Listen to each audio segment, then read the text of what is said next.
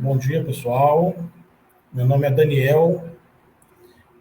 Eu estou liderando a área de educação financeira e marketing da Valia. E agradecemos aí a presença de todos, né? Fizemos um esforço máximo aí de divulgar o máximo possível desse evento, porque é muito oportuno, né, falar de conjuntura e de cenário de investimentos, especialmente no momento tão desafiador como esse que a gente está passando, né?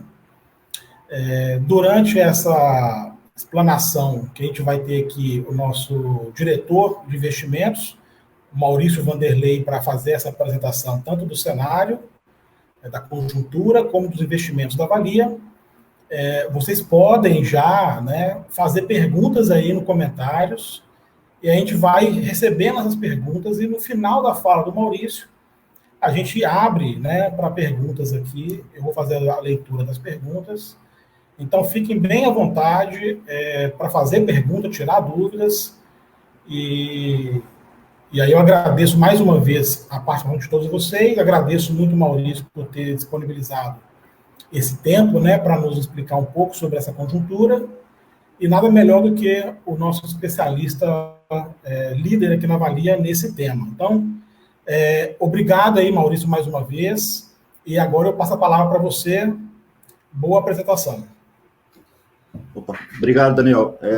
Bom dia a todos. A ideia dessa apresentação é nós estarmos aqui, a Valia falando um pouco, né, desse momento difícil que nós estamos vivendo, tentando não só dar um pano de fundo da conjuntura, né, no nosso entendimento e as dificuldades, né, desse momento. Obviamente, ninguém aqui, nesse atual estágio da pandemia, tem a pretensão, né, de conseguir enxergar todos os desdobramentos, né, que vão acontecer, mas a gente começa já a entender um pouco, né, os impactos, e que não são poucos, que estão acontecendo ao redor do mundo, né, não é exclusividade do Brasil. Então, tentar situar um pouco, né, dentro desse cenário aí complexo que nós estamos vivendo. E, além disso, obviamente, essa live, o objetivo principal também é conversar com os nossos participantes para falar um pouco dos impactos, né, que ocorreram nos planos, né, que cada um, nós somos milhares de participantes em diferentes planos, e a ideia aqui é estar explorando um pouco, né, como cada um dos planos foi impactado, qual é a nossa visão, e o principal ponto aqui, ao final dessa nossa conversa, é reforçar a visão de longo prazo, né? De um investidor de longo prazo, que nós somos aqueles que investem para vocês os recursos, mas vocês são investidores de longo prazo, porque os recursos que vocês estão economizando, né, e poupando são recursos para a aposentadoria, e que faz com que o fator determinante, né, do sucesso de vocês conseguirem, né, ter uma aposentadoria conforme foi planejado, é o tempo, né? E o tempo, essa é a variável que nós temos que ter em mente, né, principalmente quando fazemos investimento em previdência. O tempo nos ajuda, né, principalmente quem está longe aí do momento da aposentadoria, porque nós sabemos que o mundo é cíclico, crises acontecem eventualmente, mas ultimamente, né, dentro das 2 últimas décadas, nós estamos vivendo crises muito fortes, crises seculares, que eu vou estar falando um pouco aqui, e realmente um pouco mais grave de tudo que nós já vivemos anteriormente, né? Então, o primeiro ponto é falar um pouco sobre cenário externo, né? Quer dizer, nós não estamos vivendo não uma crise econômica clássica, nós estamos vivendo uma crise econômica oriunda de uma pandemia, né? Acho que a última vez que o mundo lidou com uma pandemia foi em 1918, na gripe espanhola, e os efeitos foram muito parecidos, né, com o isolamento social e obviamente, num estágio da medicina, né, e da ciência muito aquém do que nós temos hoje, mas teve um grande impacto na vida das pessoas e na atividade econômica de todos os países que foram afetados, né? Então, obviamente, praticamente para a maioria da nossa geração, é inédito, né, o que está acontecendo. Em 2000, diferente de 2008, né, que foi uma crise que começou e foi resultante, né, de desequilíbrios financeiros e macroeconômicos que ocorreram em diversos países, e diferente do que nós estamos vivendo agora. E esse cenário agora, obviamente, é um cenário muito, muito mais próximo, né, do que o mundo viveu na Grande Depressão, do que, obviamente, 2008, que já foi uma crise muito grave, mas esse cenário é bem mais para 29 do que para 2008, dada a gravidade aí ao redor do mundo, né? Houve um grande choque de oferta e demanda, né? De repente, as pessoas se isolam em casa, param de consumir, e isso tem um impacto muito grande aí ou empresas param as suas linhas de produção e param de produzir, quer dizer, então, nas duas formas, né? A demanda e a oferta acabaram sendo impactadas, que gera um impacto ainda maior do que outras crises, né? Onde pode ter eventualmente uma crise somente na demanda, né? E o que aconteceu também no meio do caminho, né? Quer dizer, houve um ruído, né, logo no início da pandemia, que foi a crise do petróleo, né? Isso trouxe um outro componente aí muito grave, acabou até se desdobrando recentemente, né? Acho que algumas pessoas podem ter acompanhado o preço do petróleo negativo, né, nos mercados futuros. Ninguém queria receber petróleo, né, fisicamente, estavam pagando para se livrar do petróleo, dado que problemas de estocagem nos Estados Unidos, mas dá a dimensão que foi também uma tempestade perfeita, né? Quer dizer, uma crise de petróleo se junta com uma crise de saúde, é amplificado esse efeito, e, obviamente, todos os ativos ao redor do mundo ficam sob um estresse muito pior. Mas, obviamente, houve uma queda, né, de demanda por petróleo no mundo,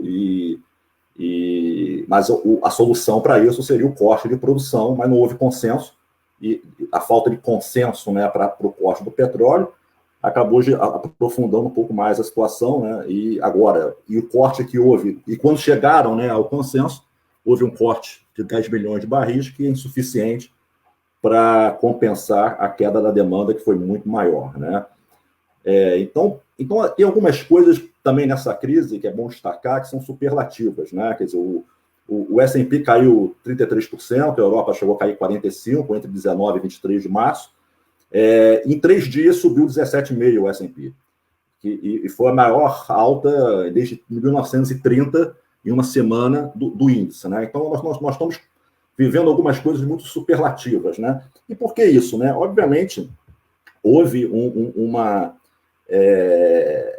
suporte maciço dos governos, né, dos bancos centrais, para tentar amenizar aí os impactos da crise, como foi feito em 2008, né? Os bancos centrais, eles foram muito agressivos, né, na compra de ativos, na provisão de liquidez para os bancos, e também, obviamente, para interferir nas expectativas, né, de todos, de que o mundo estava indo para um caminho sem volta, né?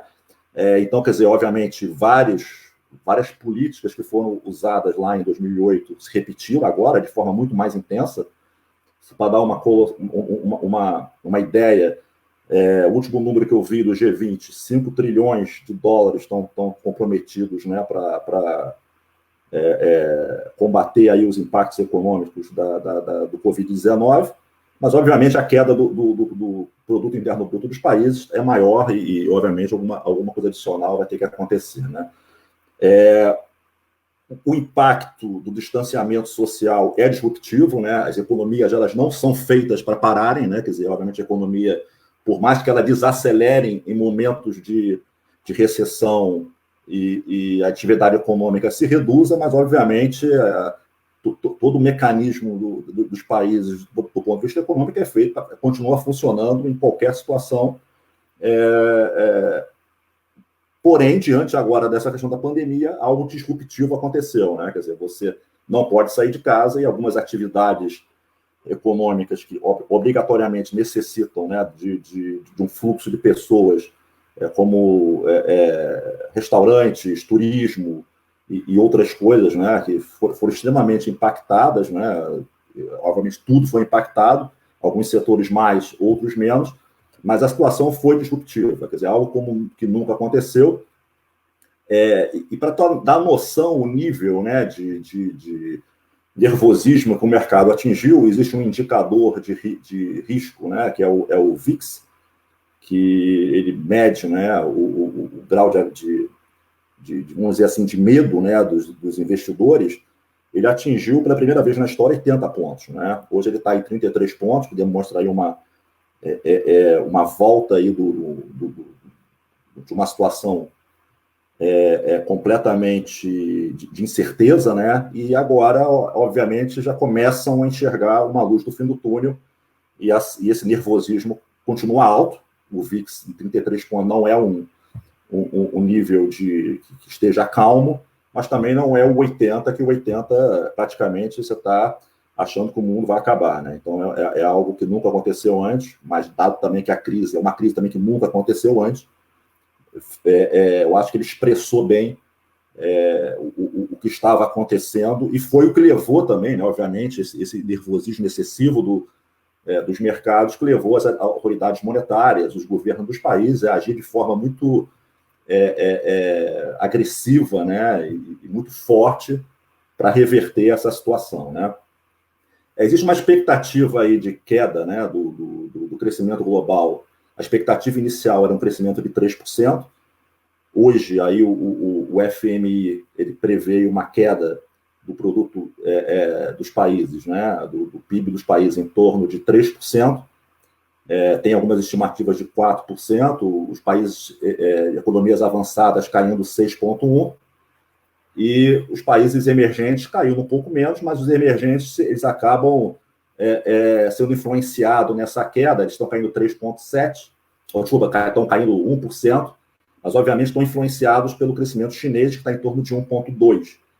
E quando você considera Brasil, aí a queda é um pouco mais forte, na casa de 5,3%, que é uma estimativa do FMI.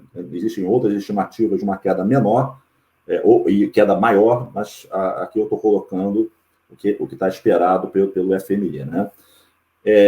Estados Unidos caindo 6,4%, a zona do euro caindo 8,1%, e o Japão caindo 4%. A zona do euro, obviamente, a razão ela é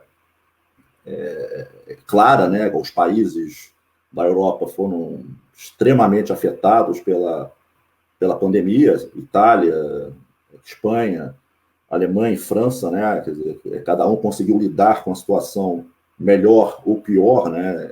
Dependendo lá isso os números demonstram, mas a atividade econômica foi realmente bem impactada, diferente de alguns outros países. Essa crise, agora, algo também que a gente tem que ter em mente, obviamente que essa crise tem início, meio e fim, né? Também, obviamente, o isolamento social, existem diversas visões, né, em relação a quando ele deve terminar, mas, obviamente, ele uma hora termina, uma hora você consegue controlar a pandemia, né? Obviamente, isso é um assunto de saúde, não é um assunto de economia, mas tudo indica, por exemplo, um exemplo que nós podemos usar, né, de recuperação da normalidade é a própria China, né, a região lá que foi o epicentro da pandemia, está voltando aos poucos, a economia começa a funcionar, e isso faz com que a situação comece a se recuperar. Né? Obviamente tem um tempo específico, mas a visão isso tem um fim, obviamente, vai acontecer, as restrições vão ser aliviadas em algum momento, obviamente com várias regras, né, para lidar com isso, mas isso vai acontecer. Então, o grande impacto dessa crise, o impacto mais profundo, vai acontecer no segundo e no terceiro trimestre, né? Muito mais no segundo trimestre e vai também, obviamente, espirrar no terceiro trimestre. E o ano que vem, obviamente, você vai enxergar uma recuperação. Para ter noção, o mesmo FMI que projeta uma queda de 3% do PIB do mundo em 2020, ele projeta um crescimento de 5,8% do PIB em 2021.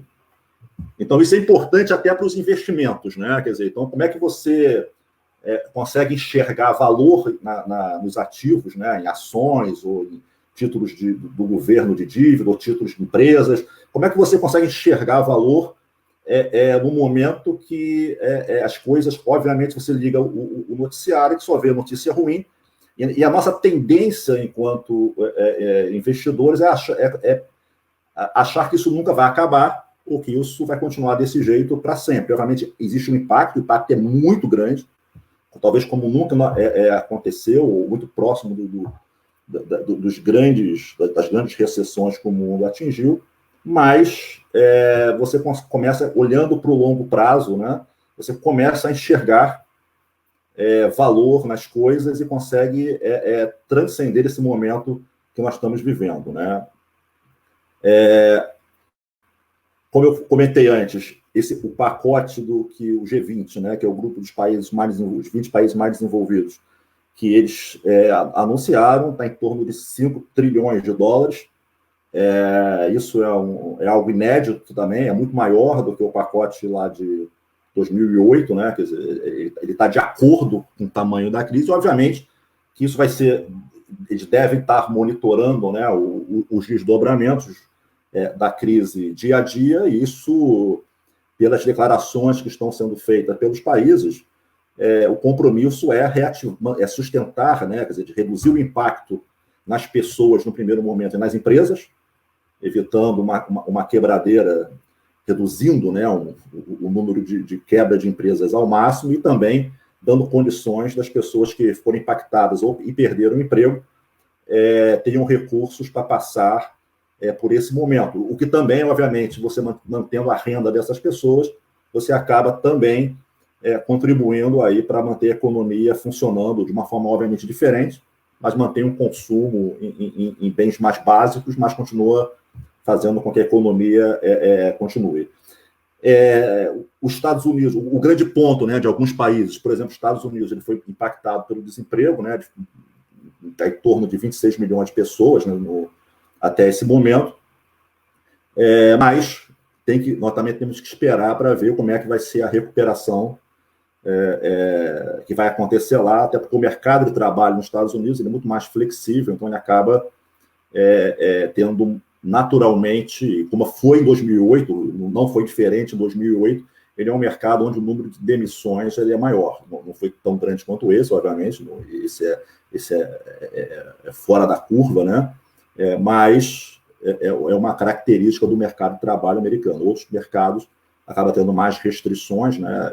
Ou outras medidas estão sendo implementadas para manter o emprego, né? Então, obviamente, quer dizer, nesse cenário internacional, todos os ativos foram impactados, nada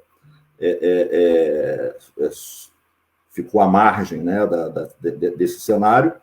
Porém, se a gente olha, por exemplo, para a Bolsa Americana, ela já voltou muito em relação à queda dela, né? Quer dizer, o S&P, há pouco tempo atrás, eu não tenho esse número atualizado para hoje, mas até pouco tempo atrás estava caindo 10%, então de 12%, 10%.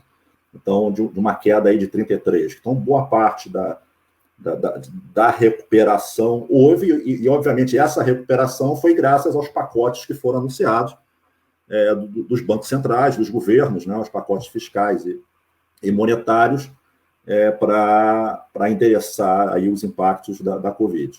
E, obviamente, aqui não só o Banco Central tem um papel importante, né, com a questão da política monetária, mas também, obviamente, é uma questão fiscal também que todos os países vão ter que enfrentar e aumentar os seus gastos no primeiro momento na saúde e no suporte às pessoas que estão sendo mais afetadas. Isso eu acho que nenhum país está colocando limites a essa ajuda, né? Isso tem que ser feito de uma forma muito eficiente para reduzir os impactos, e está acontecendo e vai acontecer, e obviamente ao final de toda essa crise nós vamos ter uma situação fiscal no mundo um pouco diferente, que vai ter que ser entendida, né, como é que cada país, quanto cada país gastou, como é que vai ser resolvido daí em diante. Então, isso é um problema que vai ficar mais para frente em relação à questão fiscal dos países, né? Falando um pouco de Brasil, o Brasil também, obviamente, está impactado em relação à pandemia. paralelo à pandemia, nós estamos vivendo também alguns ruídos políticos, né, que, junto com a pandemia, mas os problemas, da mesma forma que os outros países estão endereçando, né, os problemas para lidar com a Covid, o Brasil também, a seu jeito, também está sendo endereçado aqui no país, né? Então, tem que aguardar também até para ver melhor, né, o que mais pode ser feito, mas, obviamente, o pacote que foi anunciado pelo Brasil para suportar aí, para lidar, né, com a Covid, também é um pacote significativo, se eu não me engano, chega a quase R$1 trilhão, quer dizer, é bastante dinheiro que está sendo disponibilizado aí para enfrentar, para fazer o enfrentamento da pandemia, né? Lembrando que o Brasil estava no processo de recuperação, né, econômica, né? O ano começou bem positivo, né, bem mais positivo do que o ano anterior. Algum crescimento já estava havendo, a arrecadação de impostos já estava dando alguns sinais de crescimento, então a expectativa é que nós teríamos um ano, obviamente, um pouco melhor, ou melhor, né, do que 2019, né? Só que com a pandemia a coisa mudou um pouco, né? E isso tem alguns desdobramentos, principalmente não só Brasil, né? Quer dizer, os mercados emergentes nesse momento, eles são vistos como mercados de maior risco e acabam sofrendo relativamente mais.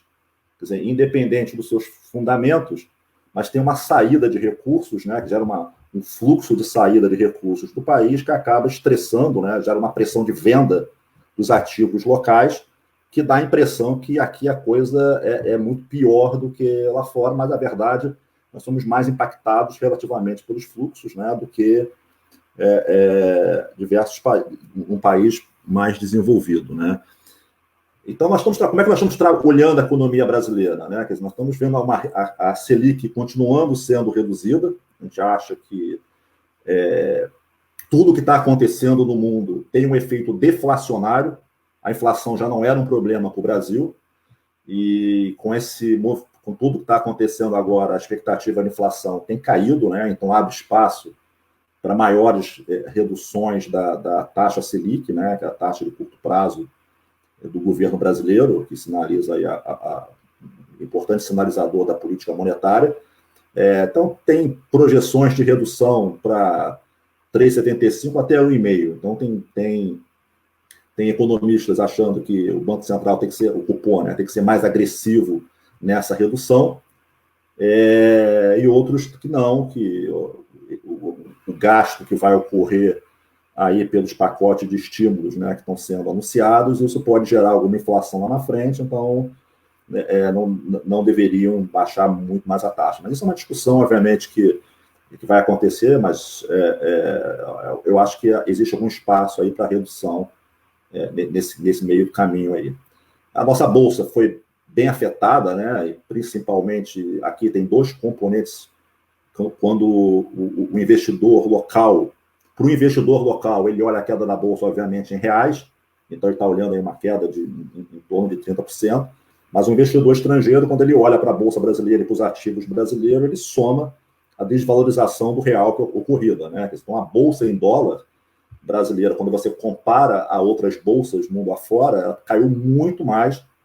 Ontem ela tinha caído, somando a queda da bolsa mais a desvalorização do real, a bolsa estava caindo próximo de 50% no ano, enquanto a bolsa alemã estava caindo 27%, a Itália caindo perto de 30%. Então, assim, os nossos ativos sofreram muito mais do que os outros países. E, obviamente, isso pode, em algum momento, atrair o interesse de investidores ao redor do mundo, porque estão olhando, obviamente, o mundo como um todo, né, e operando de forma relativa, e apesar de mercados emergentes terem mais risco, e, obviamente, o tem, mas você acaba tendo um potencial de retorno maior que acaba compensando esse risco, e você pode atrair aí um fluxo para o Brasil, né? A renda fixa também, também acabou estressando, né? Os títulos longos eles acabaram sofrendo aí no início, principalmente no início da pandemia. Houve uma redução das taxas, né, que são pagas, dos cupons, dos títulos que são pagos aqui no mercado brasileiro. Isso já, até a semana passada, as taxas estavam caindo continuamente, né, e subiram um pouco agora, mas a gente acha que é um sinal que o mercado, de alguma forma, está acalmando e que isso deve continuar, porque se a gente for comparar, né, o que aconteceu com juros nos outros países, os juros dos outros países caiu muito mais intensamente do que aqui no Brasil, né? Estamos lidando aí com uma situação do PIB nosso, né, dependendo do número de dias úteis que nós ficamos parados, vamos ficar parados, né? Então, a nossa projeção da nossa consultoria está uma queda em torno de 4% do PIB. O FMI está considerando aí uma queda de 5,3%, mas ainda é cedo, mas de qualquer forma, 4 ou 5,3% é um grande estrago que está ocorrendo na economia, né, com essa paralisação. Então, temos que aguardar aí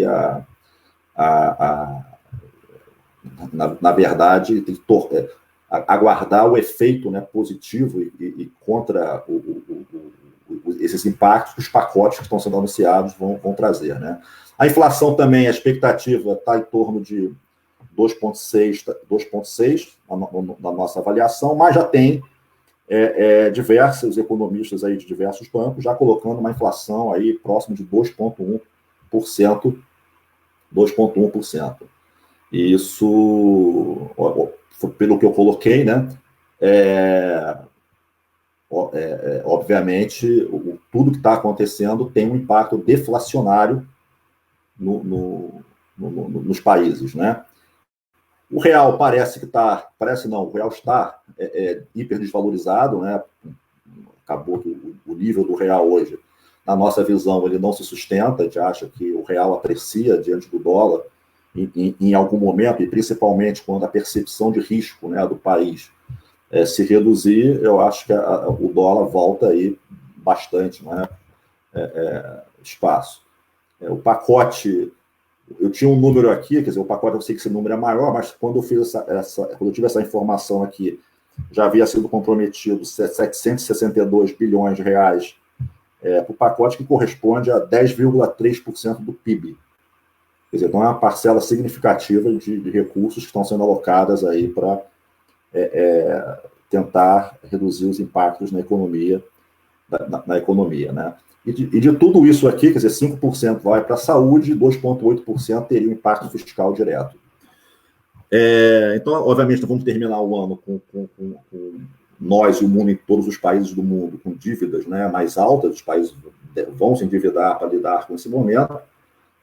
Mas, obviamente, ninguém deu causa a essa situação. É uma situação fiscal de um fator totalmente exógeno, inesperado, ninguém imaginava. Quer dizer, não há culpados para essa situação. Quer dizer, então, ao fim de tudo, esse dinheiro que está sendo gasto é mais do que necessário e justificável por todos os países que o estão fazendo, né? Bom, então é isso. Quer dizer, esse é o cenário base que nós estamos lidando, quer dizer, ativos no mundo inteiro impactados pela crise, alguns países com recuperação de suas bolsas, né, de valores mais rápida, como eu mencionei, os Estados Unidos, teve uma volta bem mais rápida, apesar dessa volta não ser uma volta, eu diria, normal. Hoje, 4 empresas nos Estados Unidos de tecnologia concentram 1/5 do valor de mercado das empresas americanas, o que significa que tem muita empresa barata e tem poucas empresas muito, muito caras, que se valorizaram durante a crise. Então, não é uma situação normal de mercado. Quer dizer, o impacto, e esse é o primeiro ponto que nós temos que entender nesse cenário, né? O impacto nos setores e nas empresas do Covid é totalmente diferente, dependendo para onde você olha. Obviamente, o setor do turismo está parado. Se você olhar para o setor de energia, caiu violentamente a demanda de petróleo, então ele sofreu violentamente o impacto. Setor hoteleiro também de turismo. Então, assim, setor industrial, onde foi impactado e parou a produção. Então, basicamente, dependendo do setor que você esteja, você vai ter diferentes resultados para isso, né? E como é que nós estamos lidando com isso, né? Como é que avalia, então, dentro desse cenário, em seus diversos planos, como eu mencionei no início, que nós temos diversos planos, e, obviamente, nós temos diferentes políticas de investimentos, né? As políticas de investimento, elas são o nosso direcionador, são a nossa constituição daquilo que nós temos que fazer em cada um dos planos. Eles são baseados em estudos de longo prazo, e aqui eu vou falar muito nisso, longo prazo, longo prazo, longo prazo. Tudo que nós fazemos, todo o investimento que a Avalia faz nos seus planos, tem uma visão de longo prazo. E por que isso? Porque, na verdade, nós buscamos atingir a maior média de retorno ou rentabilidade possível por mais tempo possível. Então, não adianta a gente ter uma rentabilidade de 100% no ano e zero depois em 9 anos. Quer dizer, então, isso não resolve por 30 anos, vou botar um prazo até maior. Altas rentabilidades de curto prazo não vão resolver um problema que é manter médias elevadas ou médias adequadas às obrigações dos planos por mais tempo possível. Então, a nossa visão é essa. É como a gente constrói, né, uma carteira de investimentos, como é que a gente junta, né, ativos, classes de ativos, que são os agregados, né, desses ativos, numa carteira que faça sentido para as obrigações que nós gerenciamos. Então, nós enquanto operadora de previdência, na parte de investimento, nós estamos administrando planos, juntando peças para que atinja os seus objetivos. E essas peças são investimentos, classes de ativos, etc. Então, essa é a nossa visão. E para que no longo prazo, então, nós consigamos o melhor para os nossos participantes. Então, vou começar pelo plano BD, que é o plano de benefício definido, que é o nosso maior plano, tem em torno de 11 bilhões. Até antes disso, antes de falar do plano BD, existem 2 tipos de obrigações que a Avalia administra. Tá? A primeira obrigação ela é chamada de benefício definido e a segunda é contribuição variável ou contribuição definida. O benefício definido são os planos que já estão fechados, são planos onde os participantes contribuíram no Grupo Vale até 2001 e a partir daí as contribuições passaram para os novos planos de contribuição variável, como o Vale Mais e o Valia Prévia. Mas dentro do contribuição variável também tem algumas obrigações que são com características do nosso plano BD. E elas, obviamente, tendem a carregar mais risco e serem mais impactadas em momentos de crise. Só que no nosso caso, a nossa política é muito conservadora. A política da Avalia, ela, ao longo dos anos, ela conseguiu expor os nossos investimentos a um risco adequado e, com isso, nós criamos um excesso de retorno, um excesso de rentabilidade que é denominado superávit nesses planos de benefício definido. Então, o nosso maior plano de benefício definido ele é um plano superavitário, é um plano que acabou de pagar um abono em torno de 10 benefícios agora no final de março. Ele continua hipersolvente, ele continua com um retorno no ano positivo, de 0,49, então ele teve um impacto mínimo nesse plano.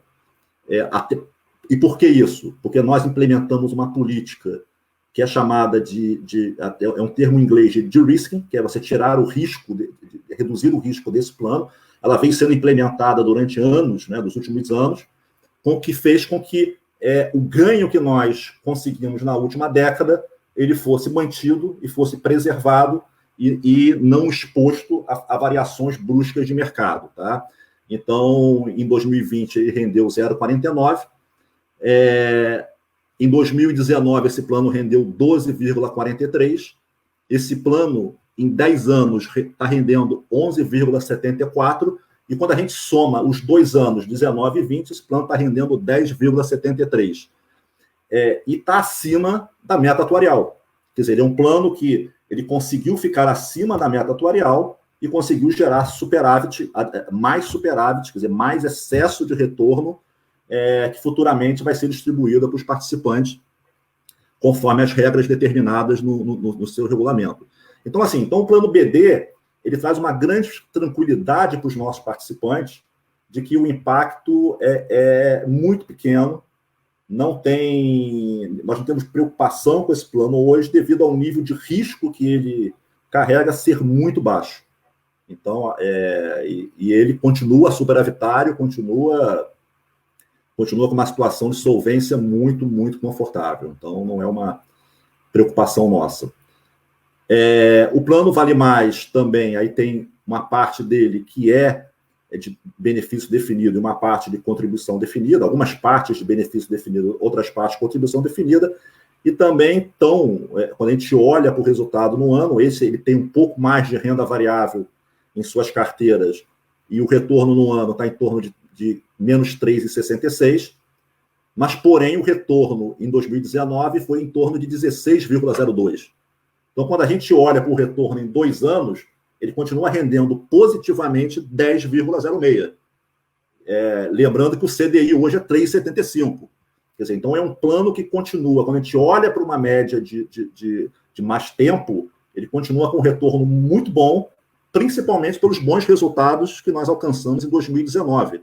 E quando a gente olha para o olhar, que é o mais importante de todos, que é o de longo prazo, esse plano rendeu 11,97%. Então, e é isso que nós estamos buscando, que as médias de longo prazo elas superem as metas atuariais e levem esses planos a atingir os seus objetivos. Então, assim, apesar da crise, apesar da queda da Bolsa, apesar do que nós estamos vivendo nesse cenário, até o dia essa conta aqui foi feita até o dia 24, agora, os planos estão numa situação, quando a gente tira o olhar do curto, que também não foi tão grande o impacto, de uma queda de 3,66, e transfere esse olhar para o longo prazo, a gente vê que a situação do plano é muito confortável, né?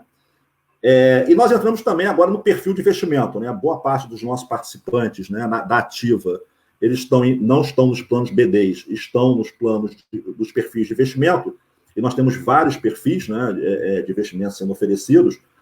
O de renda fixa puro, que é o Vale Mais, o Vale a Prev fixa, eu vou falar a rentabilidade do Vale Mais, mas é muito próximo, o Vale a Prev é muito próximo. Ele está rendendo 0,41 negativo em 2020, mas rendeu 7,51% no ano passado, e a média de 2 anos é 6,46%, e a média de 10 anos está em 11,20. Quer dizer, então, novamente, foi impactado, sim, foi impactado, mas os resultados do ano passado, que foram excelentes, sustentam essa média vamos dizer, uma média de curto prazo de 2 anos, e quando a gente olha para o que é importante, que é o longo prazo, esses planos continuam muito bem, muito com retorno acima aí do próprio objetivo do plano. E nós temos mais 3 perfis, né, que carregam renda variável. O perfil Mix 20, ele está caindo no ano 5,74%. Ano passado ele rendeu 14,14%, e nos 2 anos está rendendo 7,65%. E quando a gente olha para os últimos 10 anos, ele está rendendo 10,20%. O 35, ele caiu mais, caiu 9,95%, mas rendeu mais no ano passado.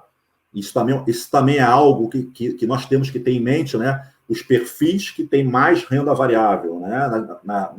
E o participante escolhe esses perfis. Quanto mais renda variável, mais ele sobe no momento bom e mais ele cai no momento ruim. A nossa intenção enquanto gestor e que a gente espera é que ele sempre suba mais do que cai diante das volatilidades dos movimentos que acontecem devido, obviamente, o mundo ser cíclico, né? De viver momentos bons e momentos ruins. Então, o 35 caiu 9,95 em 2020, mas rendeu 19,29 em 2019, e nos 2 anos está rendendo 8,24, e em 10 anos 9,30. E o 40 caiu mais, caiu 10,90, só que ano passado ele rendeu em torno de 23%, nos 2 anos está rendendo 9,38, e nos 10 anos, 10,90. Então, para que todos esses números? Né? Qual é a mensagem que eu gostaria de passar atrás desses números? É que, em primeiro lugar, né, nós somos investidores de longo prazo. Nós não temos a condição, vocês podem... e esse é um exemplo, acho que, didático para a gente enxergar. Quem imaginava uma pandemia no atual momento que impactaria o mundo da atual forma? Quer dizer, tem eventos ou crises, algumas delas você antecipa, outras você acaba não antecipando ou antecipa parcialmente e acaba sendo impactado. Por isso que você tem que buscar uma alocação para o longo prazo, de uma carteira diversificada. Isso é muito importante ter em mente. A diversificação ela aumenta a eficiência e reduz o risco das carteiras. Então, isso é o que nós fazemos, temos feito na Avalia ao longo dos anos, e que, por exemplo, levou o nosso plano de benefício definido a gerar o superávit que gerou. Nós diversificamos a carteira do plano BD em diversas classes de ativos diferentes. Tivemos resultados, obviamente, diferentes nas diversas classes de ativos, mas a combinação delas, vamos dizer assim, deu liga. Funcionou, tanto que o plano rendeu muito, e é a mesma coisa que nós tentamos fazer em todos os outros planos. É diversificar as carteiras para que, ainda que algo vá mal, outra classe de ativo ou outro ativo vai bem. Que é o exemplo agora. Se a gente pegar o exemplo do S&P, o setor de energia vai muito mal, mas o setor de tecnologia vai muito bem. Quer dizer, apesar da crise. Então, isso acontece o tempo todo dentro das carteiras de investimentos não só de fundos de pensão, mas de qualquer investidor ao redor do mundo, né? Então, a busca da diversificação é o fator mais importante para que você consiga manter uma expectativa de retorno mais adequada no longo prazo. Mas a gente não pode perder a perspectiva do longo prazo. E uma característica também muito importante dessa crise, que é importante destacar, ela não é uma crise agora virou uma crise, obviamente, econômico-financeira, mas também é uma crise de saúde. E ela tem um risco muito grande se você reduzir o risco dos seus investimentos nesse momento, porque, eventualmente, primeira coisa, na medida que a pandemia vai avançando, a medicina está aprendendo, né? E os tratamentos estão evoluindo. E isso, obviamente, até traz a importância do isolamento social nesse momento, né? É muito menos arriscado você enfrentar um tratamento de uma situação mais grave mais adiante, porque você vai ter muito mais recursos, muito mais conhecimento acumulado, né, sobre a pandemia, sobre o vírus, do que você, obviamente, no início, onde ninguém entende nada e você está no escuro. Então, obviamente, isso vai reduzindo o risco ao longo do tempo. Outro ponto também, em algum momento pode surgir um retroviral. Algum remédio pode ter um efeito sobre o vírus, pode ser descoberto, e, obviamente, isso muda o cenário por completo, né? Porque a segurança das pessoas saírem às ruas diante de um tratamento eficaz ou de um remédio, obviamente, é muito maior, né? As pessoas vão estar com mais propensão a se exporem a uma situação de potencial risco de contrair a doença diante de remédios, né? Ou de tratamentos mais eficientes. E, obviamente, também a disponibilidade, né? Esse momento agora até é mais importante do que tudo, é ter disponibilidade de atendimento, né? Acho que esse é o fator determinante para o isolamento social. Então, perder a perspectiva de longo prazo nesse momento, né? Não olhar que essa crise vai passar, é um risco, e esse risco se materializaria se você começar a mexer demais nos seus investimentos.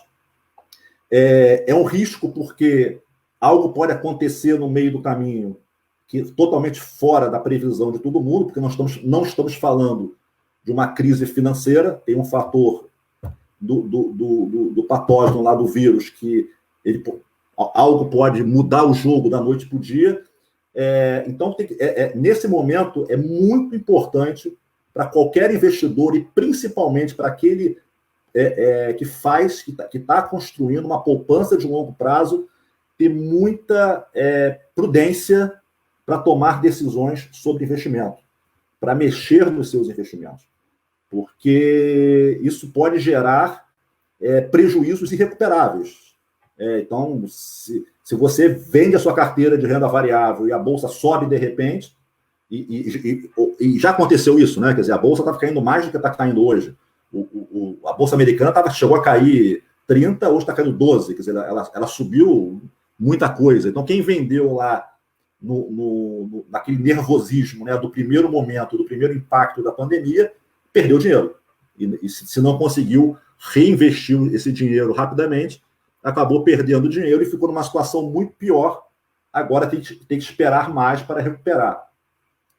Então, por isso, nós estamos tomando cuidado, né, na Avalia, em relação aos nossos planos, de manter um rebalanceamento, né, quer dizer, reduzir riscos onde é necessário reduzir, mas rebalancear os planos de forma que, numa eventual recuperação muito rápida, né, que possa ocorrer, os nossos participantes possam capturar esse retorno do mercado de forma mais intensa, né? E também, obviamente, né, quer dizer, isso é uma variável que nós temos que ir acompanhando, estamos acompanhando os pacotes de estímulos que estão sendo colocados no mercado, das economias para segurar o mercado, né?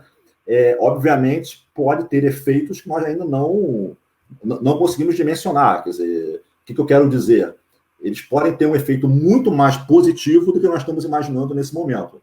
Porque nós temos, no primeiro momento, uma questão operacional, que todos os países estão vivendo isso, quer dizer, não é fácil você criar uma política da noite para o dia e fazer o dinheiro chegar nas pessoas ou nas empresas de uma forma fácil, porque tudo é novo, você tá refazendo tudo e trabalhando para que essas coisas aconteçam, mas em algum momento chega, quer dizer, em algum momento isso passa a ter efeitos que nós vamos começar a entender mais adiante.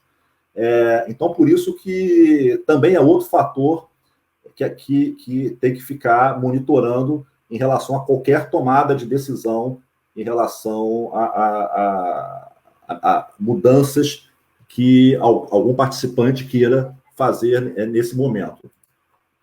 E concluindo, separando, né, as duas obrigações, né, que eu comentei anteriormente, né, os planos ou obrigações de benefício definido das obrigações de contribuição variável definida, né?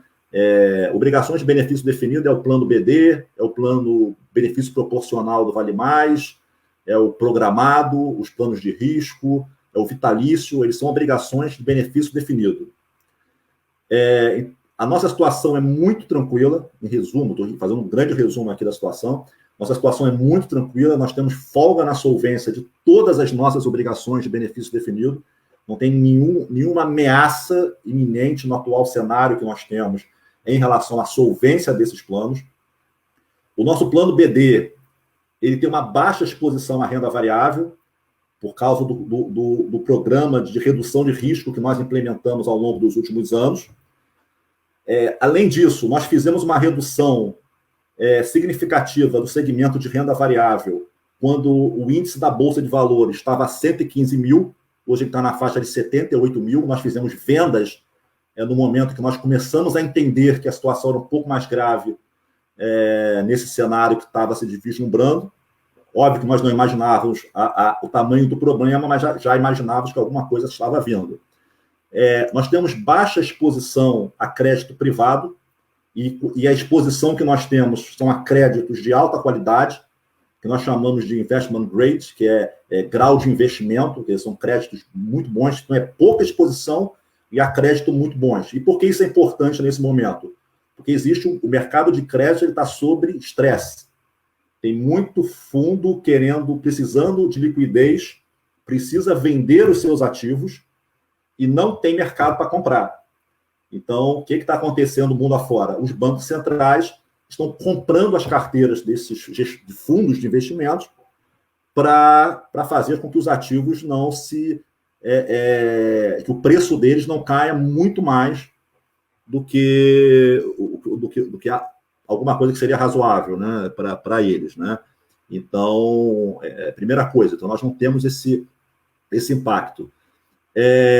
A nossa carteira de títulos, né, é mantida ao vencimento e nós temos ganho de capital acumulado nessas carteiras e que não foi afetado, nós continuamos com ganho de capital significativo ainda nos nossos planos, isso dá uma tranquilidade também.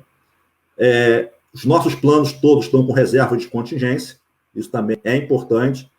E o plano BD, ele tem uma reserva de 5 anos para pagamento dos 25% do superávit. Isso também é de extrema importância, isso foi algo que o Conselho aprovou alguns anos atrás, e isso traz a tranquilidade de que nós temos os recursos guardados para, em qualquer situação, para em qualquer cenário, nós podermos continuar o pagamento dos 25%, que é tão importante para os nossos participantes do plano BD. Então, isso também nós temos que levar em conta.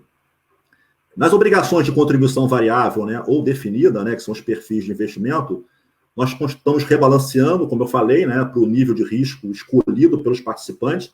Os participantes escolheram seus perfis, né, de ou renda fixa, ou o Mix 20, o Mix 40, que são os dois que estão abertos com renda variável. Nós estamos rebalanceando para que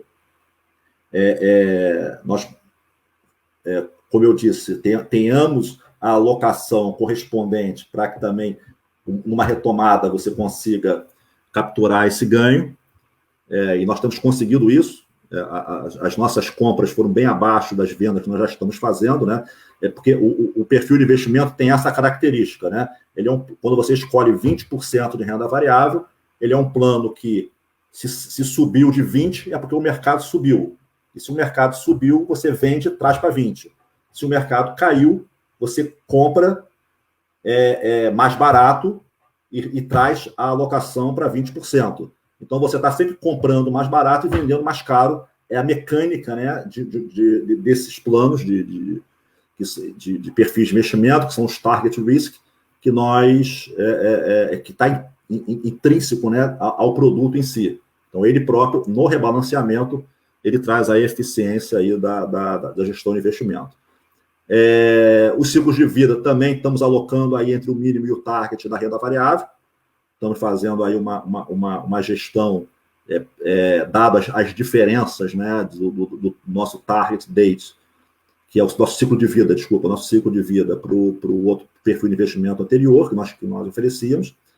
E também, novamente, uma coisa importante também desses planos dos perfis de investimento, a baixa exposição a crédito privado. E aonde nós temos exposição a crédito privado, são créditos de alta qualidade, graus de investimento, que não nos traz, nesse momento, nenhuma preocupação. E, como eu disse, também estamos procurando evitar qualquer perda de uma volta, qualquer coisa que aconteça de forma abrupta, de solução, né, dessa pandemia, que possa mudar o jogo da noite para o dia e gerar uma valorização maior dos ativos a longo prazo. Bom, então esse é o ponto. Algo também que eu queria destacar, quer dizer, apesar de tudo isso, o cenário pós-pandemia é um cenário mais desafiador, é um cenário que nós vamos lidar, o mundo inteiro vai lidar com um cenário recessivo, e nós vamos ter que ver a eficácia dos pacotes, né, e da gestão macroeconômica que cada país vai fazer para fazer com que suas economias voltem o mais rápido possível à normalidade, né? Então, também são duas situações, né? Quer dizer, nós enxergamos esse momento agora como um momento que muita notícia ruim ainda está para sair, e é o momento de manter a tranquilidade, manter a calma, e pensar muito para tomar decisão de investimento nesse momento. Estamos com uma visão de longo prazo de que as coisas, em algum momento, vão retornar à normalidade, pode demorar, vai ser mais rápido, vai ser mais demorado, mas vão retornar. E a história nos mostra isso, tá? Quer dizer, é importante lembrar que a história mostra isso, pós-guerras, pós-pandemias, pós qualquer coisa que nós olharmos, pós-29, 2008, 2002, em 2000, todas as crises que nós vivemos, as coisas vão, aos poucos, voltando para o rumo. E 2008 é um grande exemplo disso, né? 2008 foi uma crise também hiperaguda, né? E séria e grave, a mais grave pós-29, antes dessa crise da pandemia, né? Só que depois que as coisas se resolveram, os Estados Unidos, por exemplo, viveu o seu momento de maior expansão em trimestres, né, da sua história. Quer dizer, depois que tudo foi feito, foi um momento de, até agora, a pandemia, os Estados Unidos estava crescendo de forma ininterrupta durante vários anos seguidos. Então, depois de uma grande crise.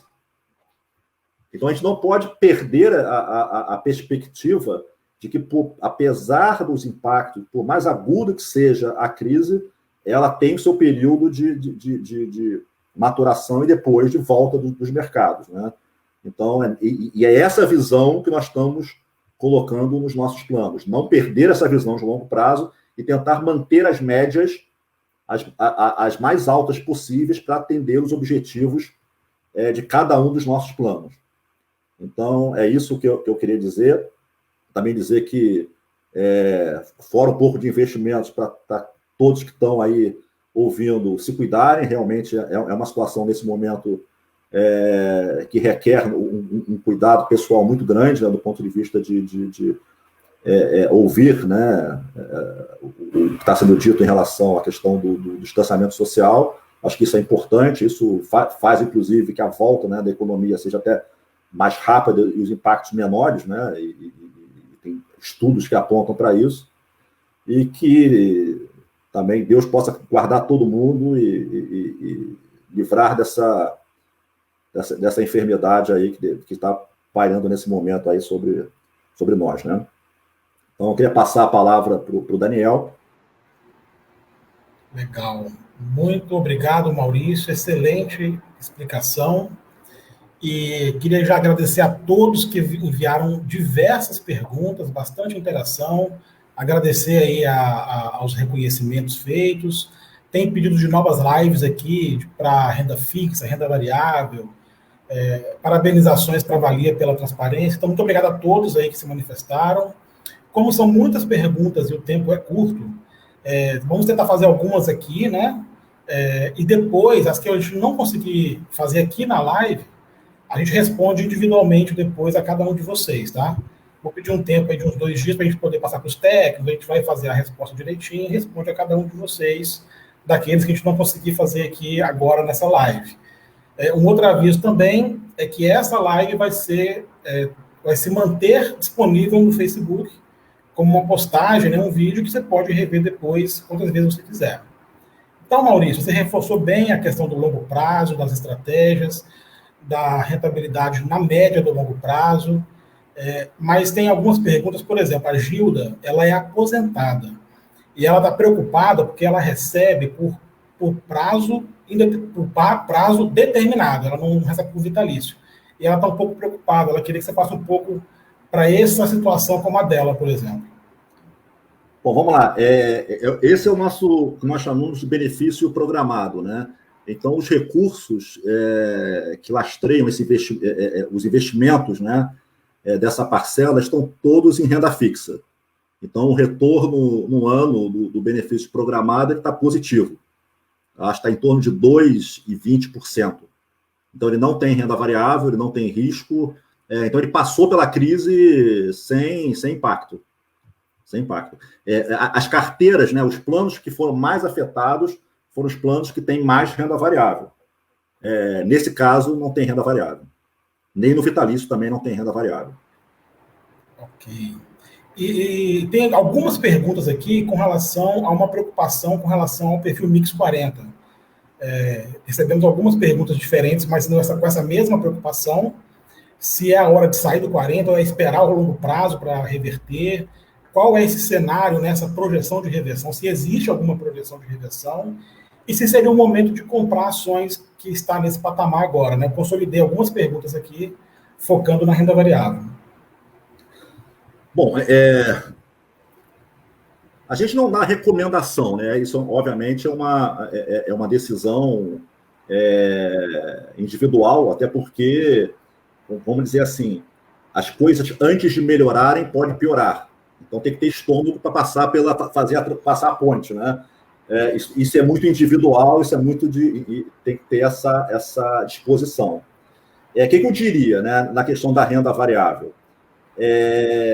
Nós vamos viver num mundo de juros muito baixos daqui para frente. Tá? Isso no mundo inteiro. Como eu disse, o efeito dessa situação é deflacionário. E uma das formas, né, de endereçar e ajudar o crescimento das economias é você facilitar o acesso ao crédito. E, obviamente, a política monetária precifica o crédito, né? No longo prazo. Então, o mundo vai viver um período de juros baixos ao longo do tempo. Isso faz com que os ativos de maior risco, como renda variável, eles tendem a ter um desempenho melhor desses cenários. Obviamente, impactados também pela demanda, tem outros fatores que impactam também, pela questão como é que as empresas vão sair dessa situação. Tem empresas mais endividadas, menos endividadas, tem empresas que não estão vendendo nada e vão ter que refinanciar suas dívidas. Obviamente, isso aqui não é uma receita mágica genérica, existe caso a caso, caso a caso. Mas parece que no longo prazo, num cenário e assim tem sido, né, de juros baixos, você tem as empresas como uma boa opção de investimento. Então, o Mix 40, ele, obviamente, ele carrega mais ações, e tanto que ano passado ele rendeu 23%, e nesse ano caiu 10%. Mas qual é o perigo de você mexer nessa história? Independente do movimento que você faça, é que você nunca vai acertar a volta. Você pode chegar hoje tá caindo 10,90, aí eu vou sair para renda fixa. Pode ser que você acerte, pode ser que caia para 15, mas pode ser que suba para recupere os 10 amanhã, que saia alguma coisa que aconteça. Então, assim, é impossível no curto prazo você conseguir ter uma visão ou acertar no curto prazo de uma forma, vamos dizer assim, eficiente o tempo todo, né? Uma forma sistemática. Então, o que acontece, o que é melhor para o investidor? O investidor é melhor que ele faça compra e faça um preço médio, né? Quer dizer, caiu, comprou mais, subiu, vende. É o que o perfil faz, né? Quer dizer, o perfil, toda vez que cai, ele compra. O perfil de 40, por exemplo, o Mix 40, caiu demais, ele está comprando, subiu demais, ele está vendendo. Então, isso, e sempre com uma visão de longo prazo. E no longo prazo, obviamente, se o mercado for subindo, esse perfil vai subindo e as médias vão ficando mais altas. Se o mercado vai caindo, as médias vão ficando mais baixas. Mas tem algo também em investimentos que é importante ter em mente, que existe algo chamado reversão à média. Então, a gente, por exemplo, viveu um período de bolsa muito ruim nos últimos anos, só que agora, recentemente, em 2019, a bolsa subiu muito. Ela subiu muito. A nossa carteira de ações subiu quase 50%. O que foi isso? Foi que na hora que a economia mostra sinais de que ela está melhorando, o resultado das empresas começa a ser impactado, os investidores se antecipam, né, a esse movimento de melhora macroeconômica e começam a comprar, o que levou ao aumento da bolsa significativo em 2019. Teve uma reversão à média. A bolsa veio abaixo da média dela histórica e de repente, ela buscou essa média de alguma forma. Então, assim, eu não perderia, sem responder a pergunta, porque, obviamente, a gente não pode dar uma recomendação de investimento, mas sem responder a pergunta, o que eu diria era: tenha visão de longo prazo. Você vai se aposentar daqui a anos à frente. O mercado vai cair. Essa não vai ser a última queda que você vai viver. Ano passado não foi a última alta que o mercado viveu. E o mundo é isso, o mundo é cíclico. Ele vai ter momentos onde a economia expande, a economia retrai, entra em recessão, E nesses movimentos, no final, o importante é que, na média, faça sentido para a sua carteira o que a renda variável está contribuindo. E, na minha visão, para o longo prazo, a renda variável é um importante contribuidor para a sua carteira. Porque imagina só, olha o cenário que nós estamos vivendo. A Selic hoje é 3,75. E ela pode cair mais. Para você ter, lá no final da tua aposentadoria, no momento da sua aposentadoria, se você investir tudo em 3,75, você vai ter que contribuir com valores muito expressivos para ter o mesmo benefício. Então, é importante que, por longo prazo, você tenha contribuidores para o retorno, que, obviamente, tenham mais risco, mas que façam com que a tua contribuição seja menor, porque senão você... A conta da Previdência é muito simples. Ou você contribui, ou você investe. Quanto maior o retorno de investimento, menor contribuição você faz. Quanto menor o retorno, maior contribuição você faz. Então, essa balança que você tem que ter na cabeça. Eu vou sair da renda variável. Bom, mas aí eu vou investir num negócio que rende 3,75. Aí eu posso perder o momento da volta da renda variável. Eu posso ficar com os 10 de prejuízo. Mas eu sei que a longo prazo isso tende a voltar, porque a teoria diz que tem reversão à média. Então acho que juntando tudo isso, eu acho que em momentos de grande volatilidade, de grandes variações de mercado, é importante manter a visão de longo prazo e aproveitar oportunidades que surgem. Porque também nesses momentos, o mercado...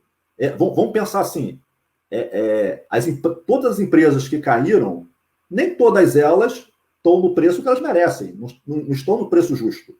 Elas sofreram muito, mas só que o problema é que o investidor atira primeiro e pergunta depois.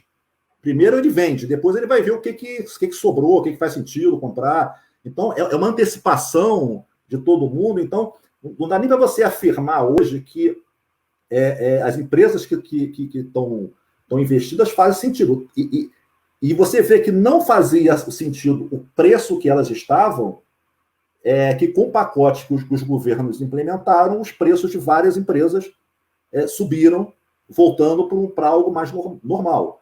Então, você tinha empresas no Bovespa, por exemplo, caindo 70%. Praticamente vai quebrar. Quer dizer, se você acha que ela vai quebrar, tudo bem.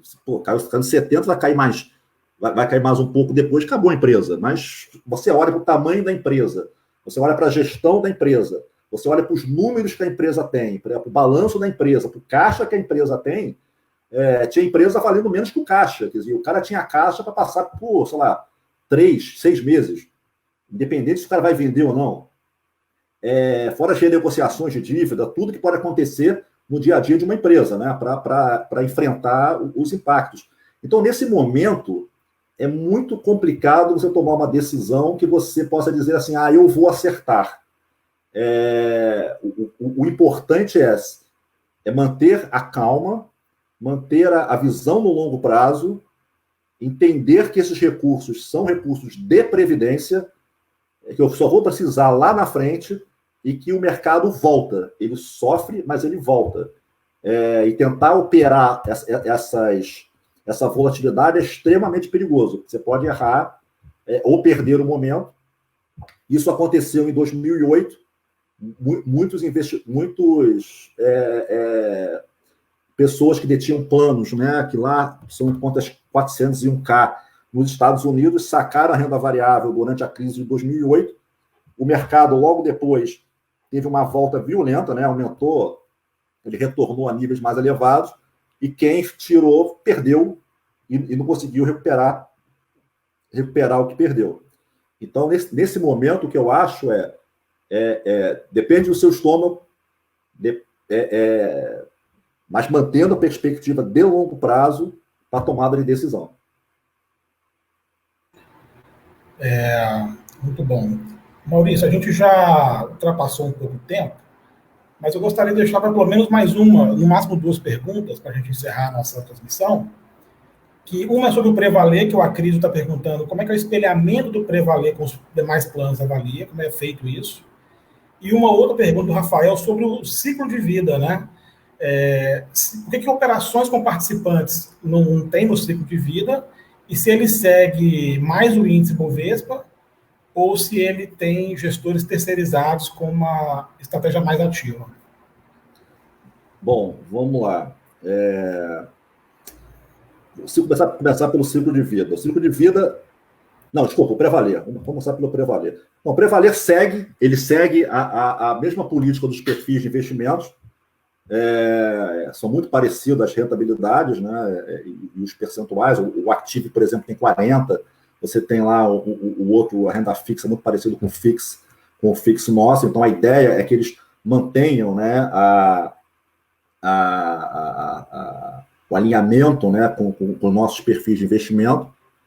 E até porque, isso é importante também falar, nós temos, e aí eu vou começando a responder a segunda pergunta, nós temos boa parcela dos recursos em gestão ativa, que são gestores que passam por um processo de seleção extremamente rigoroso, extremamente técnico, e ao serem escolhidos, eles significam as nossas melhores teses, né? Então, nós acreditamos que esses gestores eles têm a capacidade de contribuir, de analisar empresas e de fazer e de esmiuçar essas empresas de tal maneira que eles têm uma visão de valor muito acurada dessas empresas. E isso agrega valor para os nossos planos. Então, todos os nossos planos têm uma parcela de gestão ativa.